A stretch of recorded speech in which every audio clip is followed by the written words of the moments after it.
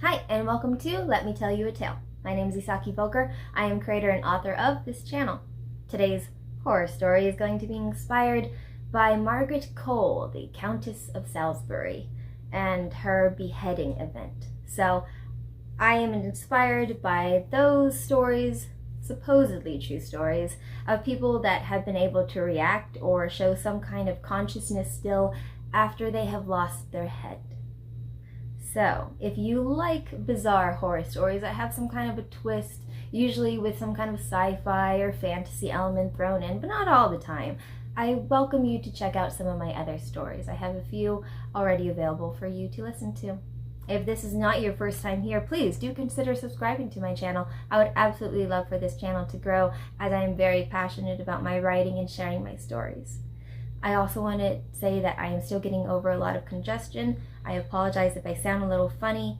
Also, I am sitting on a little bit of a creaky kind of chair. I apologize that, and any background noises that you might hear.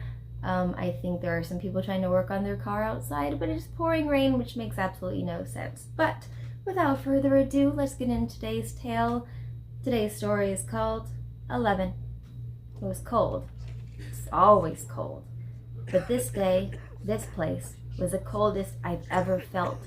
An endless, damp chill, continually shaking in spasmodic shivers that kept me awake. A drop of moisture always hung at the tip of my nose. As many times as I wiped it away with my sleeve, it always returned. My nose was raw. If I had a mirror, I'd guess my nose is bright red, but I don't.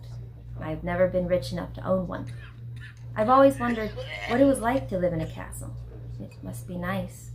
So plush, so much food and color, endless parties and events to attend, travels overseas. Even lords and ladies have it good. Not as fancy as royalty, but better than where I was on the food chain.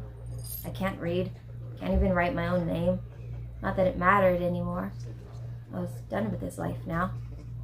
I looked around the large, dark room I sat in. Stone floors, stone walls, rats that squeaked and bit at your nose if you slept flat on the ground.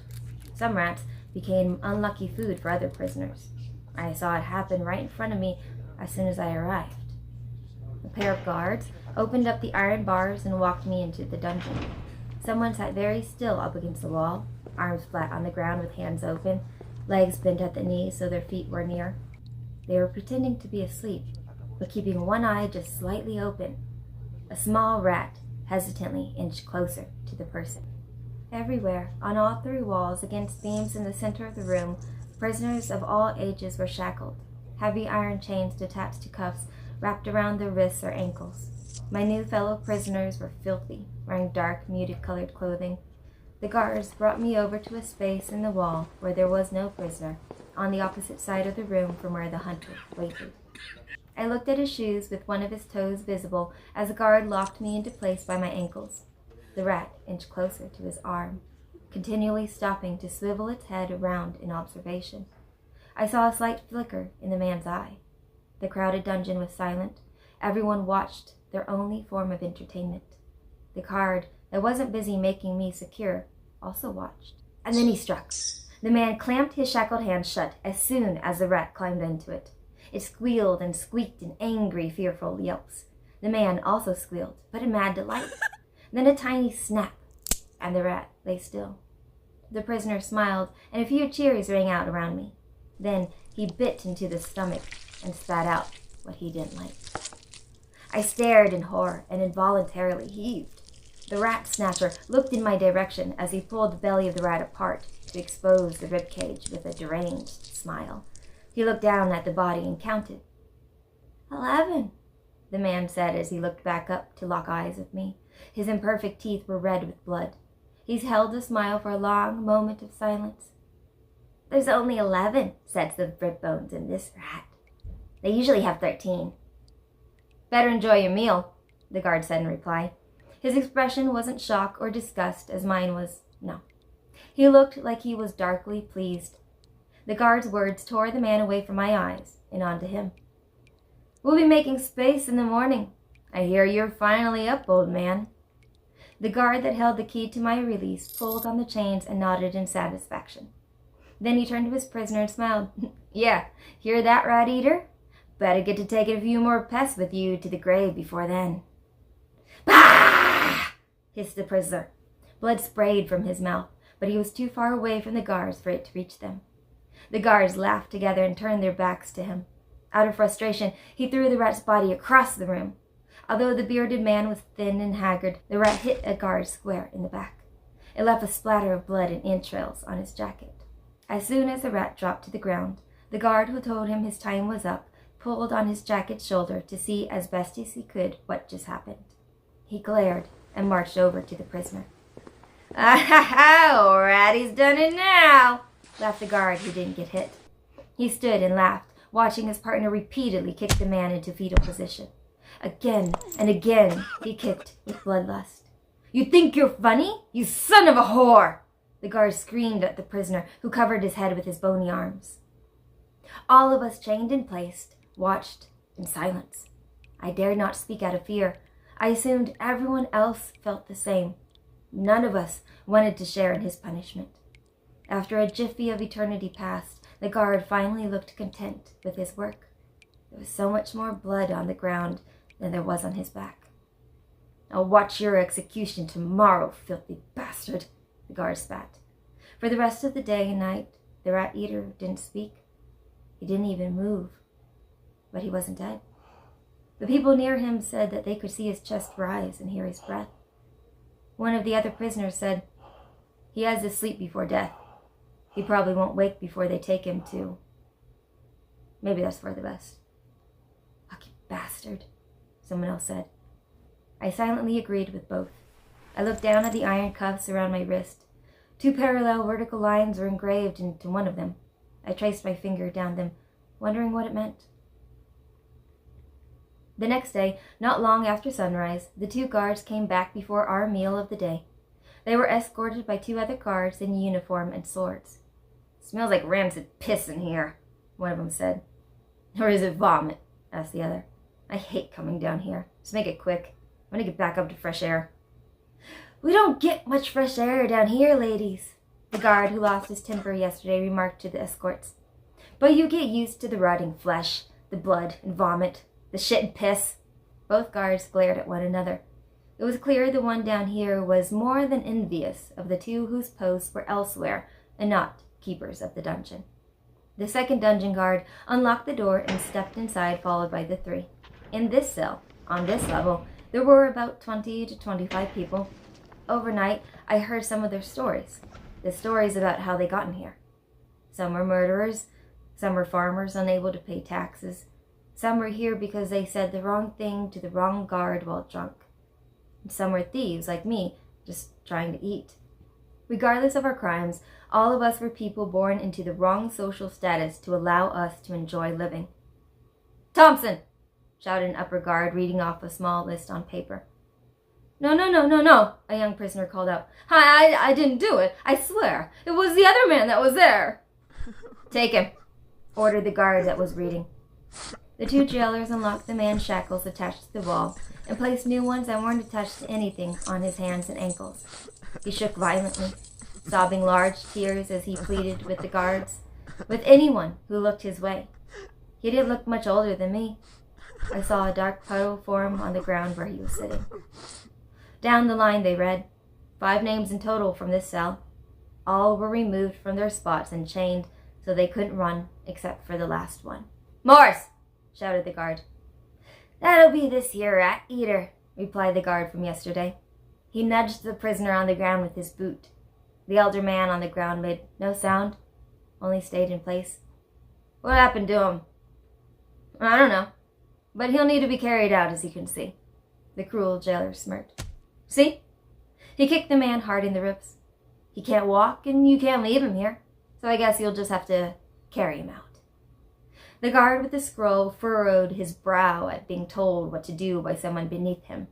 It showed all over his face. He snapped his head back towards the cell's door and shouted at the stairwell. A moment later, 2 more guards appeared. "This prisoner is unable to walk to the scaffold." The guard glanced over at the cocky jailer, smiling before turning back to his men. "Drag him to his place in line."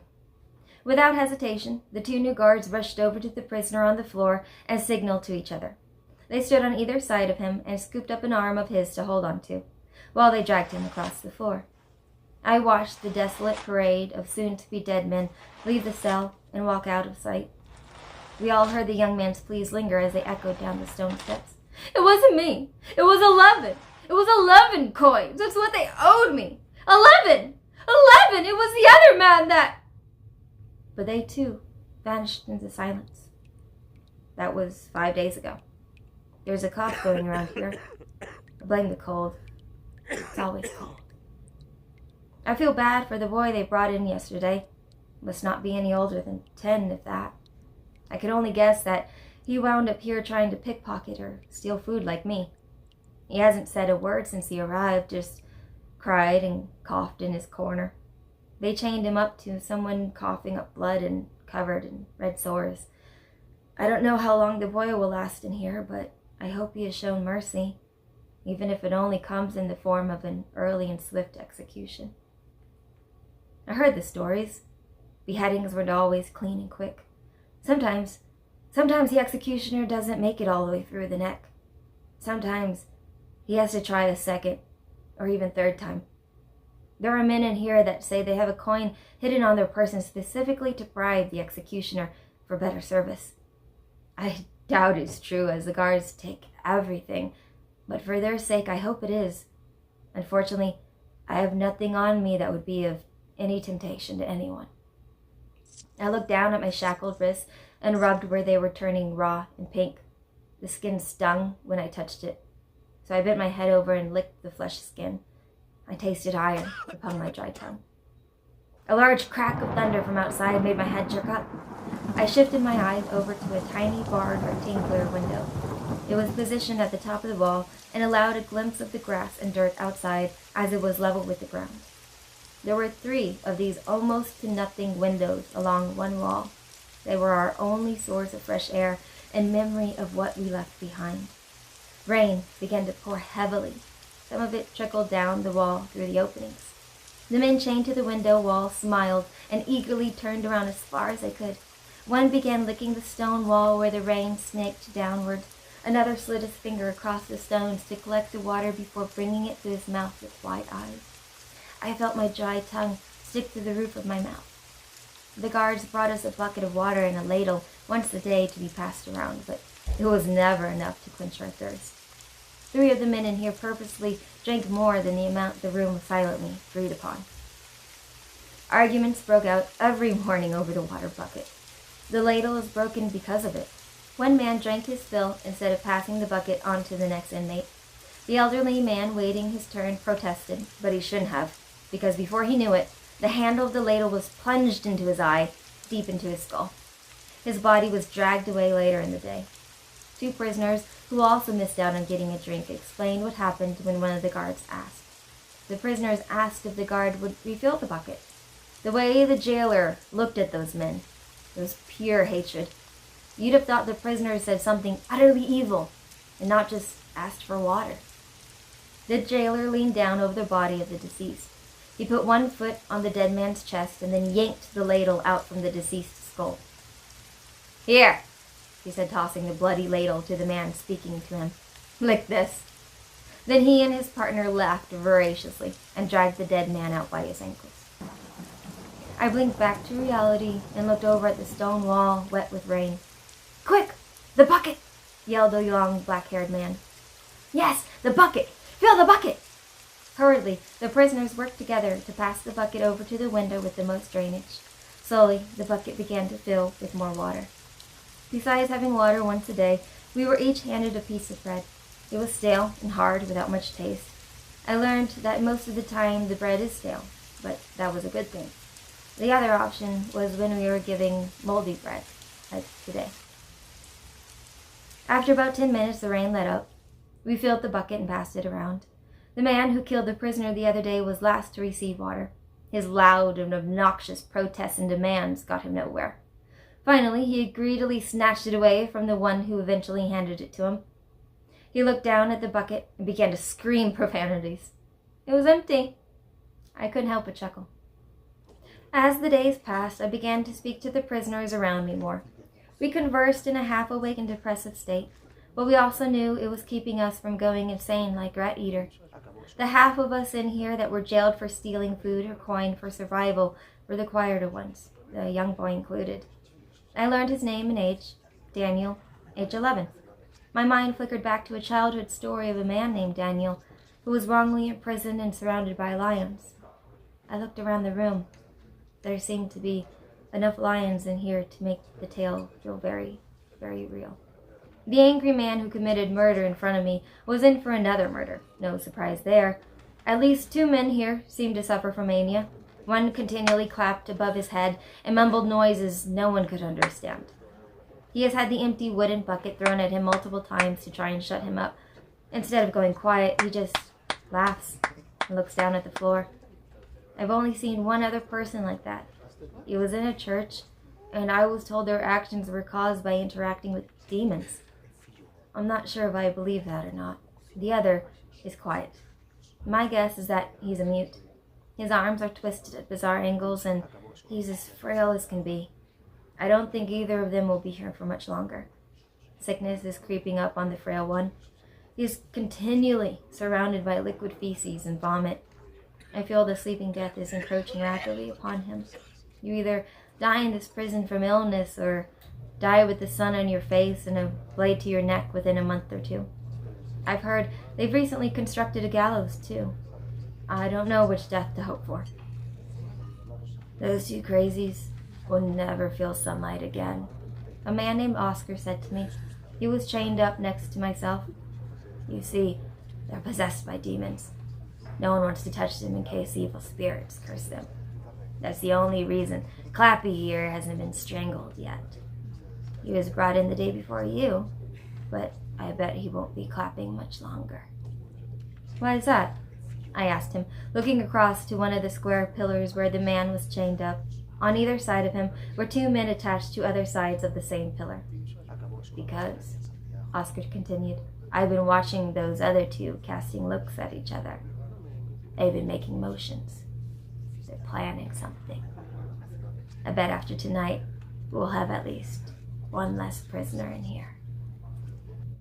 Sure enough, Oscar was very correct. In the middle of the night, when the rats came out with bold ambitions, so did these 2. I woke up with a start, heart pounding. I kicked out at a rodent, attempting to gnaw at my legs. At the same time, I heard what awoken me. Chains rattling quickly, but now they were being pulled tight. In just the slightest glimmer of light from torches outside the windows, I could make out a large, dark, lumpy figure. Or was it 3 figures huddled together? I heard a gurgling sound and wheezy gasps. Clappy may not have been well fed, but he was still a large bumble of a man. His feet kicked out against the feces-caked floor. I heard the grunts of exertion as both men pulled with all their might on the chains they wrapped over his head and against his throat. And then all went silent as I held on tight for a long, long moment. Clappy was dead. I saw his figure sunk to the floor when the men unwound the restrictions around his throat. They were breathing heavily and slid down to the floor. Their deed was done. The next morning, Clappy's body was taken away. There were no questions or insults thrown about. Perhaps some of the men saw this as a mercy killing, while others just accepted what needed to be done. 11 days. That's all the time he spent in here.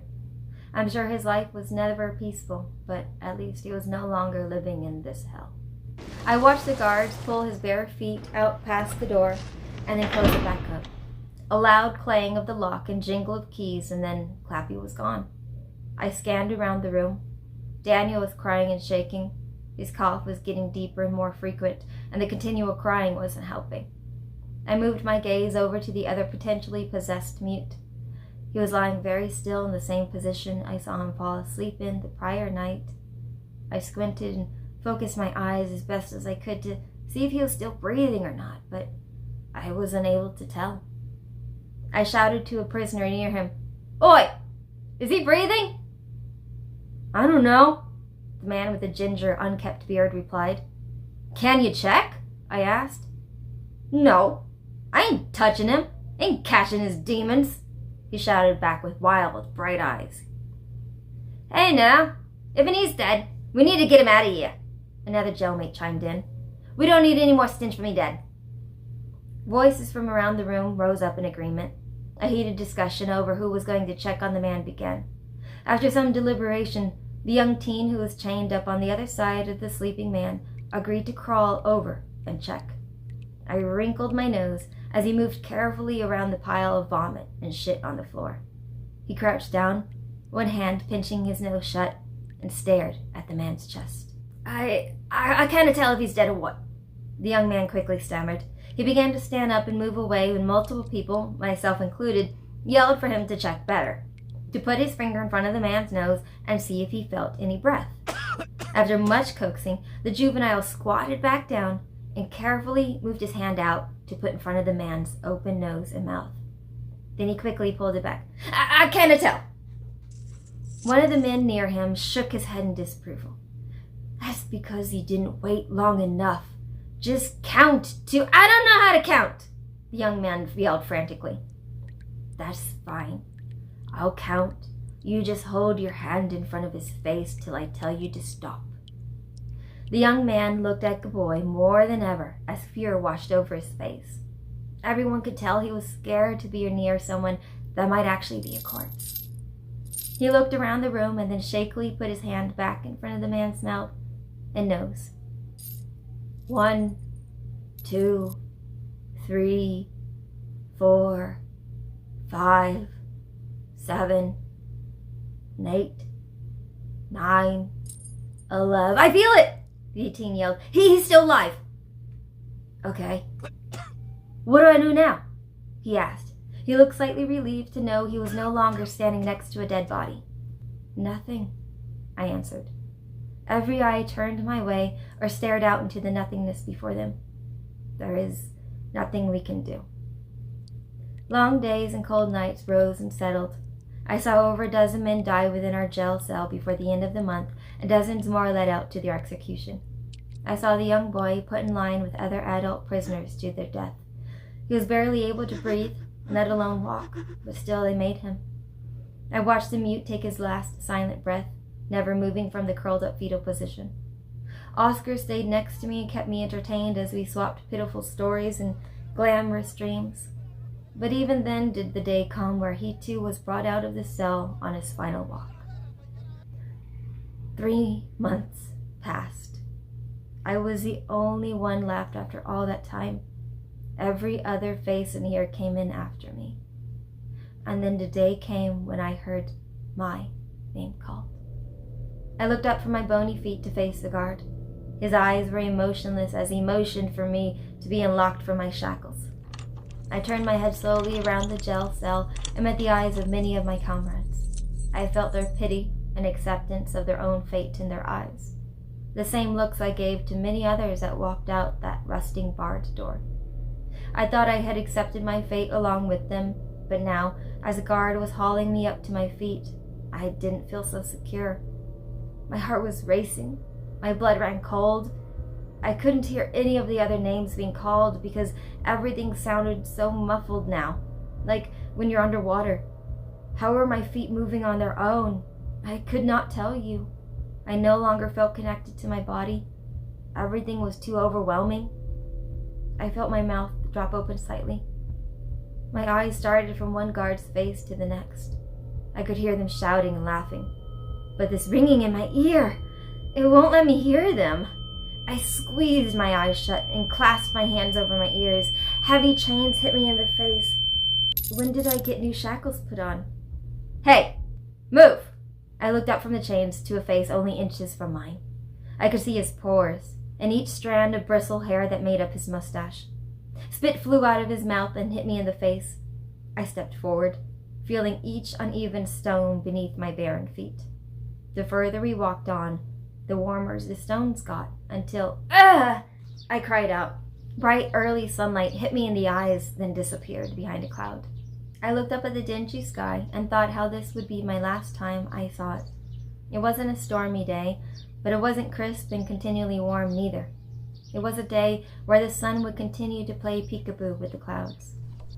How many today? I looked to see where the words were coming from. A man with a small, plump stomach and a very official-looking outfit with adornments was speaking to one of the guards that had led us up from the dungeon, past gray stone walls and winding steps with jagged edges. He even brought us past a room that must have been connected to the kitchen because the smell... It was torture to smell roasting meats and baking breads on our way to our own executions. I wept silently, taking deep breaths. This was as close as I was going to get to tasting any of that ever again. 11, the leader of the escort answered. Right you are. I've got 11 on my list for today. Guess none of them died off early this time, eh? That doesn't happen too often. Well, line 'em up as usual. Got us a show today. The guard who had led us to the open air guided us to a very high stone wall. We were in a wide, open courtyard with dirt paths and green sections of grass. Almost in the center were the forms of execution, a set of 4 gallows high upon one platform, and another platform with a chopping block, basket, and copious amounts of bloodstains below it. Facing the platforms were 5 walls of people upon wooden risers. They were crammed together so they could not even begin to fathom the number of them. They ate and drank, laughed and murmured between one another, all waiting for the spectacle to begin. There was one small wall in particular that had a high open balcony away from the crowd. It sat between the most common folk and where our line was formed. A decorated parapet lined the edge with official flags hanging from them. That's where the royalty sits to watch you die, a guard with a double chin said to me. Looks like they ain't coming today, though. Must have something better to watch. He smiled from the other side of a rope that kept the 11 of us in line. Normally, someone would have had some sort of rebuttal for him, and then they would have gotten themselves a good beating, but not today. We must all be feeling our mortality in these final minutes. All right, we're doing hangings today. Let's get the first 4 up here. The 2 guards at the front of the line counted off the first 4 of us and led them to the platform with 4 nooses hanging down. A roar went up from the crowd as my stomach growled. Executions before breakfast meant less mouths to feed. How could my stomach be so selfish when my heart felt so much fear? My mouth was dry. My palms were cold and sweaty. I wiped them on my pants, but that did nothing. I counted the people in front of me. 1, 2. I was number 3. I would be hanged with the second group. I looked behind me for the first time and saw a boy who looked like he was just barely going through puberty. I could think of nothing to say to comfort him. There was no comfort in this moment. I watched the 4 in front of me trudge along to a dirt path to the steps that led up to the nooses. They shook and cried in their shit-stained clothing. They already smelt of death. There wasn't much more that could be done to them, yet still they feared what was to come. A thickly built man in all black clothing hid behind a mask that gave away none of his features. He stood stoically as each one of his prey were poked in the back with a sword into position by the guards. The executioner stepped forward and placed the raw, rough rope around the first man's neck and tightened it. A cheer from the crowd rose in unison. The executioner moved onto the next, and the next, and the next. Once all 4 people were unwillingly ready, the man walked over to a lever on the opposite side of the steps. "Where's their heads?" the boy behind me asked with a quivering voice. I turned to look at him. "They're supposed to have sacks over their heads. I don't want them to watch me die." The boy began to weep without remorse. I could see his legs trembling. I don't know if his pants were already wet, but I noticed it now. I opened my mouth to speak, but once again I could think of nothing to say to comfort him. "Death to the crown! Death to the queen!" My head snapped back to the hangman's men. One of them yelled with unforgiving fury, and then they all dropped. The executioner had pulled the lever. I saw death in front of me many times before. Bar fights, neighbor squabbles, the military's abuse of power, but never had I seen faces bulge like this. Their cheeks puffed up, their faces turned red with pressure, then morphed into a deep shade of purple. I watched as 8 feet and kicked in the air. I watched until they stopped moving and their bowels released. And then I turned away. The crowds of people whooped and hollered at the lurid spectacle. Did they know they were watching people die who were already starving? People who were orphans, never knowing love. Did they know some were children? We're switching to beheadings. The royal-looking official who kept track of the numbers spoke to someone almost as equally important-looking. The royals have joined us, and one of them is requesting beheadings. Says they don't like watching uncivilized executions. I looked up at the balcony not too far away. A pale man with a long, thin nose and clean-looking curls looked down in disgust at the bodies being lowered from their nooses. He must have been the one to complain. A horse-drawn cart and 3 people were brought in from a gated opening on the far end. The back end of the cart was open and the wood was stained red. It was the body cart. "I don't want to be beheaded," the boy behind me cried. "Shut it!" The guard with an angry glare hit him in the back of the head. He made a face of disgust at his hand, then wiped it on his pants. Once the guard was out of earshot, I whispered to the boy, "Beheadings are better. They're quicker. You won't dangle there like the others did. It's merciful." Before all 4 bodies were even loaded into the cart, the executioner had gone back inside the castle and returned with his axe. "Looks a little dull there. You sure that's going to cut?" The numbers man thumbed at the axe. "It'll serve its purpose. I like to sharpen it on the 11th of the month. Today's the 10th, he said, leaning against the railing of the platform for beheadings. "No, it isn't. Today's the 11th. "Ah, well." The guard climbed up the steps. In the center was a large wooden block that stood about 1.5 feet tall, with a scooped-out indentation on one side at the top. That's where your head went, while your neck rested on the flat top. At the bottom, I saw a handle on one side and assumed another was on the opposite side. Our hands were bound by chains. Would we even be able to reach both handles? With a nod from one of the royals, a guard led the first man up the steps and down onto his knees. He looked at the crowd before him.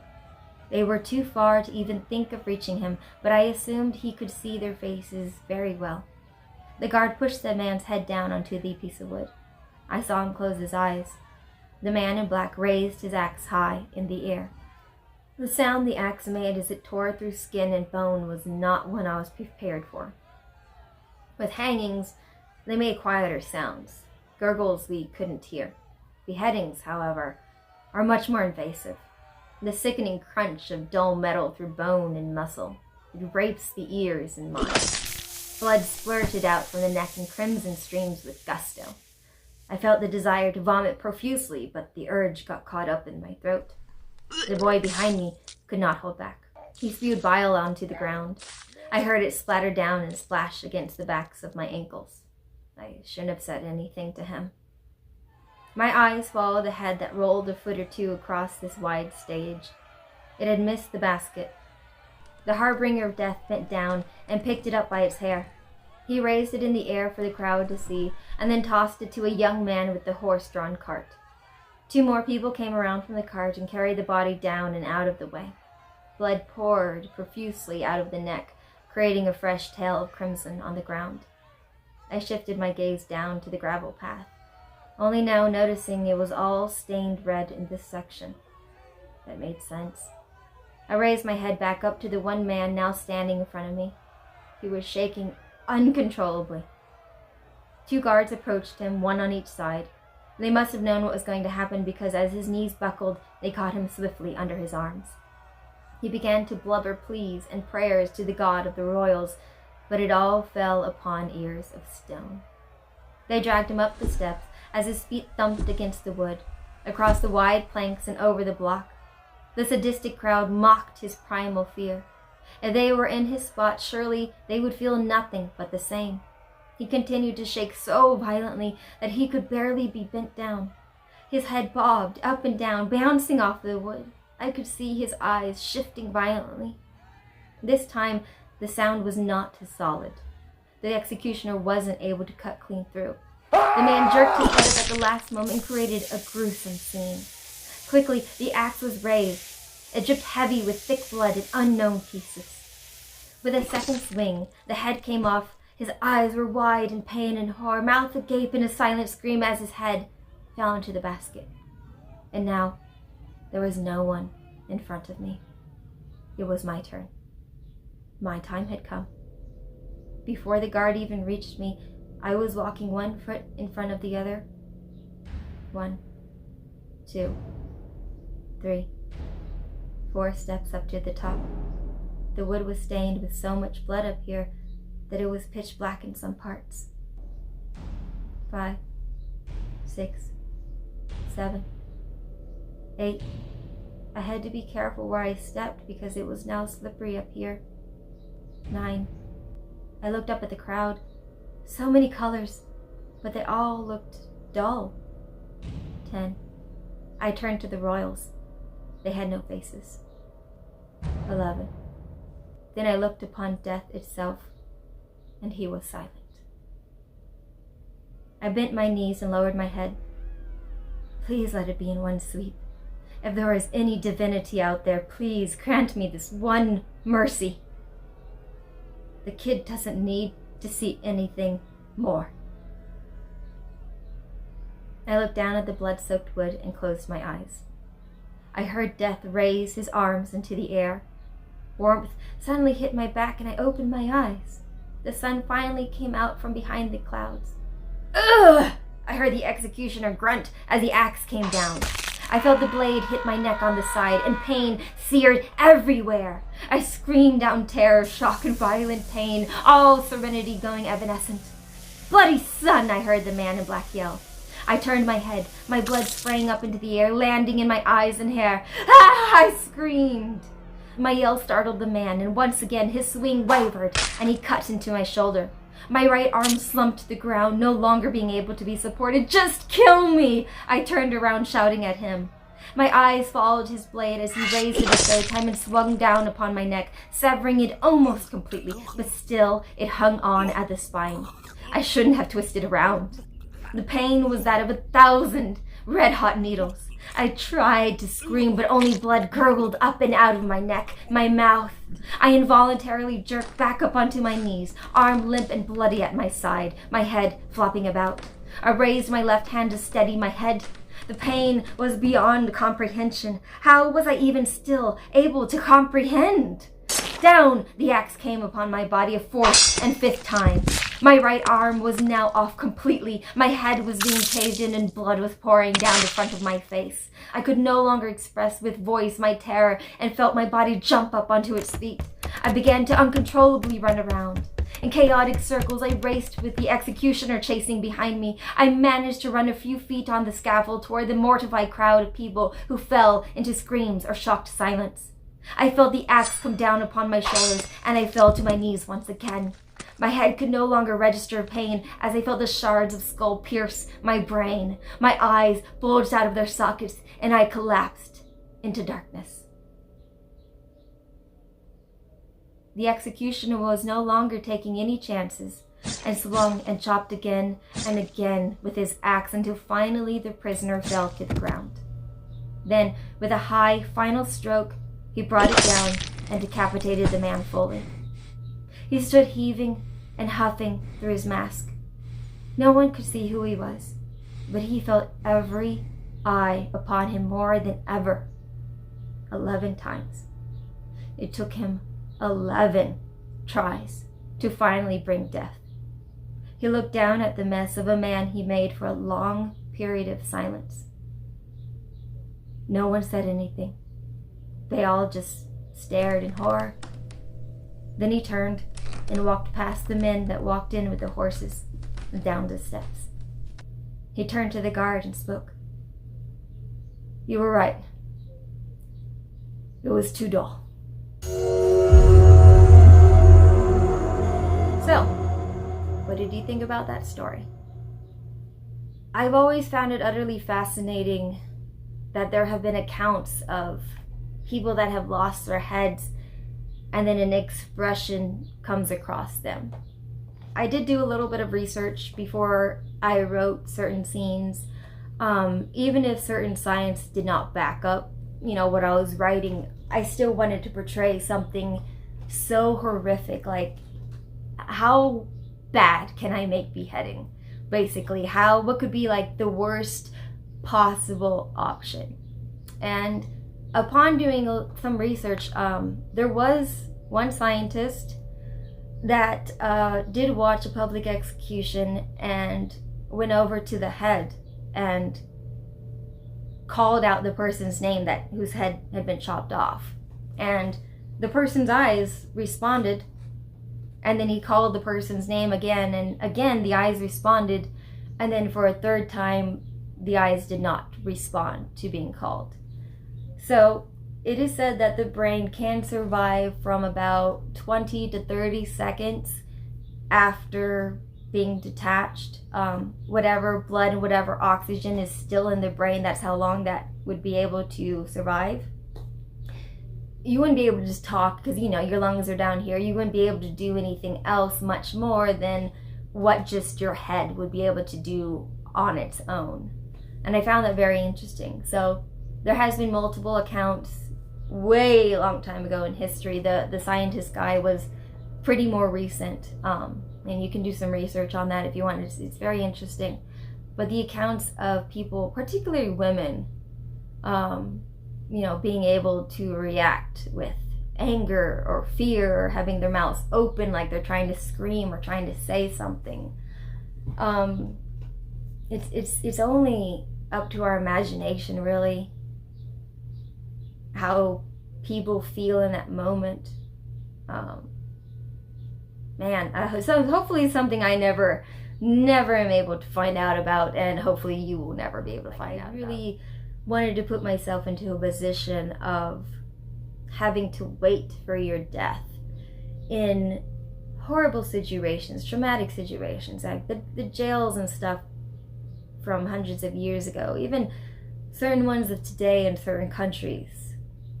They, even if it was something minor that you did, you most likely would not be leaving alive. And I think it's really sad and utterly fucked up in history that people were killed just trying to survive. You steal something because you're starving to death, and you get killed for it. In history, there was no sympathy if you were young. There was no sympathy if you were from a lower standing. So, yeah. Hopefully this will give you guys some thought, be it wanting to investigate history, or wanting to do some research in science, or maybe it'll just keep you up at night. Who knows? So yeah, but what did you guys think about this story? Did it really inspire you and shock you? I hope so. And I hope it gave you something to at least ponder, even if it leads down into like, well, this is fascinating research. Yeah, so let me know. I'll see you guys next time. Be safe out there. Science, man, beheadings. They could be what it seemed, they could not be. Yeah, it's pretty freaky stuff. Alright, see you guys next time. Bye. With a second swing, with the looks a little dull there. You sure that's going to cut? Looks a little dull there. You sure that's going to cut? Looks a little dull there. You sure that's going to cut? The numbers man thumbed at the axe. No, I don't like how I'm reading this.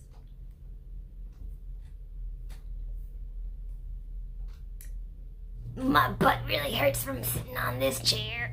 I was sitting on my child's tiny chair, and my butt is bony, and that hurt.